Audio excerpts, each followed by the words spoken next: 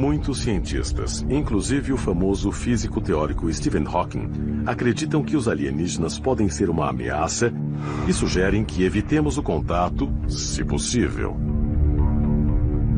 Se os extraterrestres forem agressivos ou guerreiros e chegarem aqui, será um caso em que a resistência será inútil? Como acabar com a vida no planeta Terra? Isso é fácil. Um vírus. Simples. Sem OVNIs, nem raios zumbindo nos céus, sem explosões, sem prédios desabando. Nada disso. Podemos fazer isso porque os alienígenas não poderiam. Pensar que seríamos capazes de criar algum tipo de mecanismo de defesa ou ter defesas contra seres que viajam pelo espaço é ridículo. Quer venham como amigos ou inimigos, se os extraterrestres pousarem nos Estados Unidos, é possível que sejam saudados por militares usando roupas de isolamento e fazendo testes para vírus perigosos ou radiação.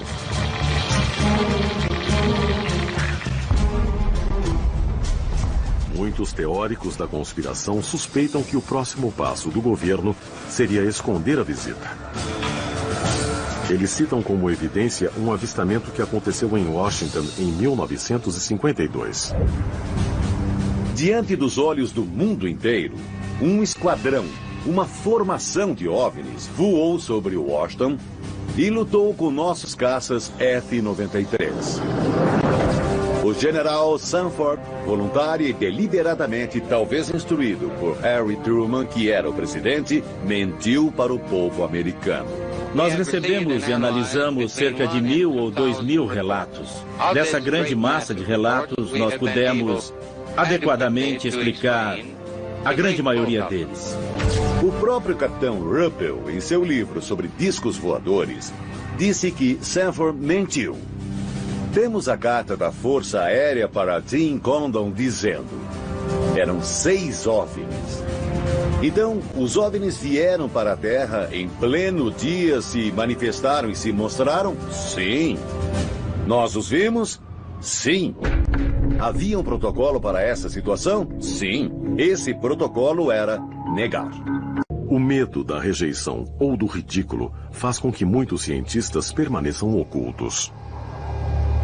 Nossos melhores cientistas que se comunicam uns com os outros em todo o mundo têm regras de protocolo, que incluem: não podem demonstrar que são religiosos, não podem acreditar em discos voadores e certamente não andam com alguém que acredite em discos voadores. Mas tudo acontece atrás de portas fechadas, porque ninguém deseja atrair atenção para isso. Você sabe que eles compreendem que existe uma punição associada a esse tipo de pesquisa e por causa disso tudo é feito por baixo dos panos. Ser bloqueado e impedido por medo das opiniões alheias me parece errado. Podemos especular se existe vida fora deste planeta. Podemos especular se, por acaso, aconteceram contatos com outras civilizações. Por que não? Os alienígenas estão realmente entre nós e fizeram o possível para se ocultar durante milhares de anos. Será que irão revelar sua presença? O que acontecerá se fizerem isso? E se já estiver acontecendo? Se fizermos contato com uma civilização extraterrestre, seremos os calouros da turma. Seremos aqueles que estarão no fim da fila no quesito inteligência. Então, eles vão nos ensinar muitas coisas e, ao contrário, nós não teremos muito a lhes ensinar.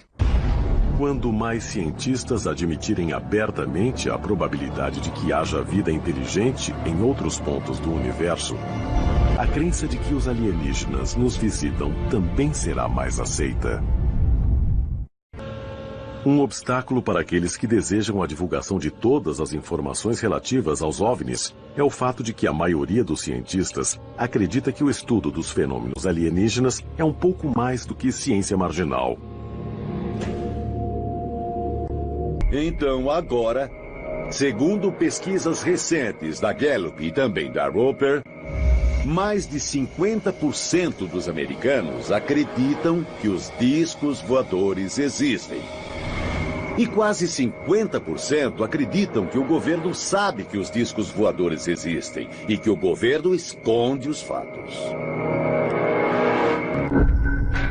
Mas se uma visita alienígena for inevitável, quem seria escolhido para falar com os ocupantes da nave?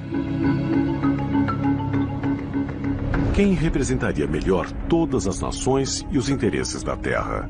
Se eles pousarem na Terra, acho que devemos enviar os melhores líderes mundiais que sejam os mais abertos e razoáveis, mas que também possam se defender contra os alienígenas se precisarem.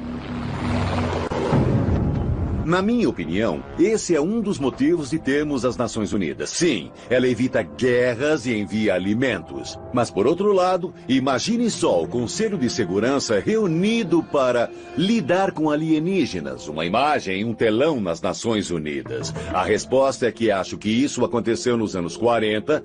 e que esse foi um dos motivos de Roosevelt e Eleanor Roosevelt terem se empenhado na formação das Nações Unidas, substituindo a Liga das Nações. Alguém tinha que enfrentar os alienígenas.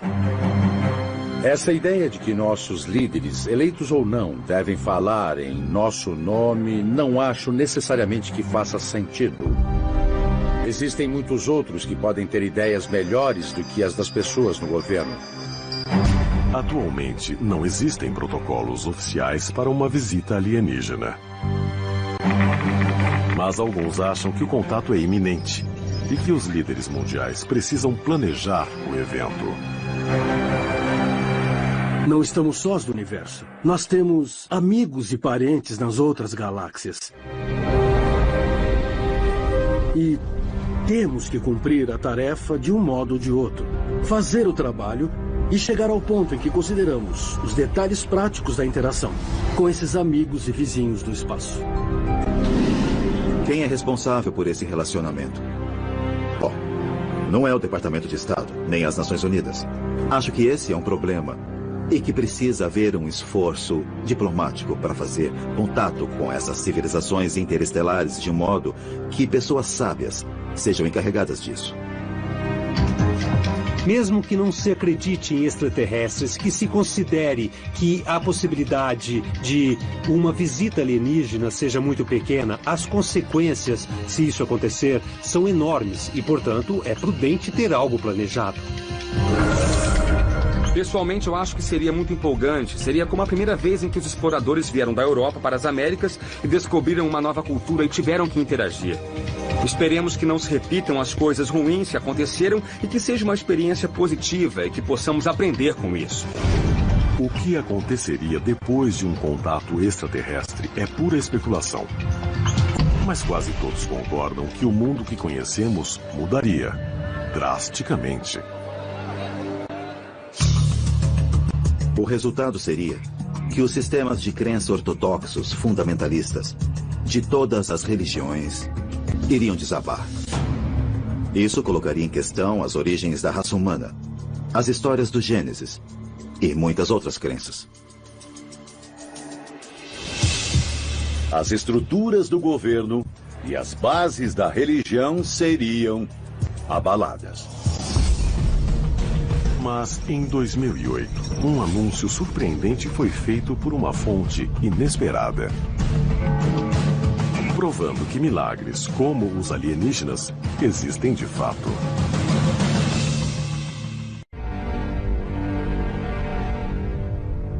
Qual seria a reação atual se os extraterrestres realmente chegassem à Terra e nos contatassem? Muitos livros e filmes de ficção científica retratam os alienígenas vindo para nos alertar ou nos destruir. Desde os anos 60, as pessoas pensam: bom, o que faremos? Teremos um cenário como o dia em que a Terra parou. Se os alienígenas vierem, eles virão nos avisar de um perigo iminente? Eles virão nos atacar como os marcianos em A Guerra dos Mundos?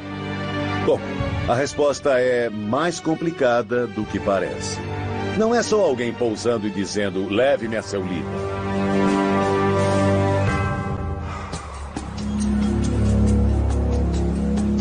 O consenso atual é que se os extraterrestres aparecessem amanhã, eles seriam hostis. E iam querer nos escravizar e lutar contra nós e nos destruir e todas essas coisas loucas.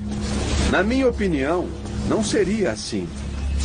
Porque qualquer civilização que domine as viagens no espaço interestelar seria benevolente, com uma sociedade tecnologicamente menos avançada. Por que houve tantos avistamentos depois de Roswell? Será a coincidência? Ou a crença crescente em alienígenas incentiva aqueles que antes teriam medo do ridículo e não falariam? Talvez haja outra razão.